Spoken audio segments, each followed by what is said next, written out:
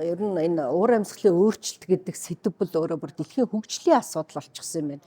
Бүх салбарт хамаатай, бүх улс оронд хамаатай ийм одоо сэдв болсон. Тийм учраас манай яам одоо бодлогынхоо гол цөмд уур амьсгалтын өөрчлөлтийг бид нар одоо энэ асуудал манай яам ямар бодлого баримтлах вэ гэдэг нь өөр их чухал.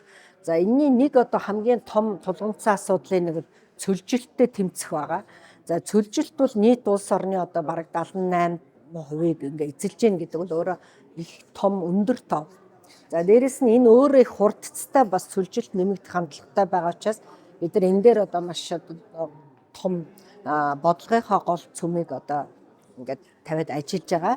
За тэгээ өнөөдрийн энэ арга хэмжээ бол бид нар Өмнөговь аймагт хийж байна. За энэ өнөөдрийн хурлаас гарах шийдвэрүүд бол одоо маш чухал. Яагаад тэгэхээр энд манай орны болон олон улсын судлаачид энэ чиглэлээр олон жил энийг судалсан эрдэмтэд судалгааны ажлын үр дүн гэдэг энэ одоо мэргэжлийн хүмүүсийн үгийг ийм сонсох ийм зүйл байгаа. Тэгэхээр эдгээр хүмүүс энэ нэгтгсэн зүйлийг бид нар өнөөдөр одоо сонсож эндээс гарах үр дүн одоо яам бодлогынхоо хэмжээнд за бусад одоо хэрэгжүүлэгч байгууллагуудаас хэрэгжүүлэх ийм зүйлийг хийх нь өөрөө их чухал байгаа.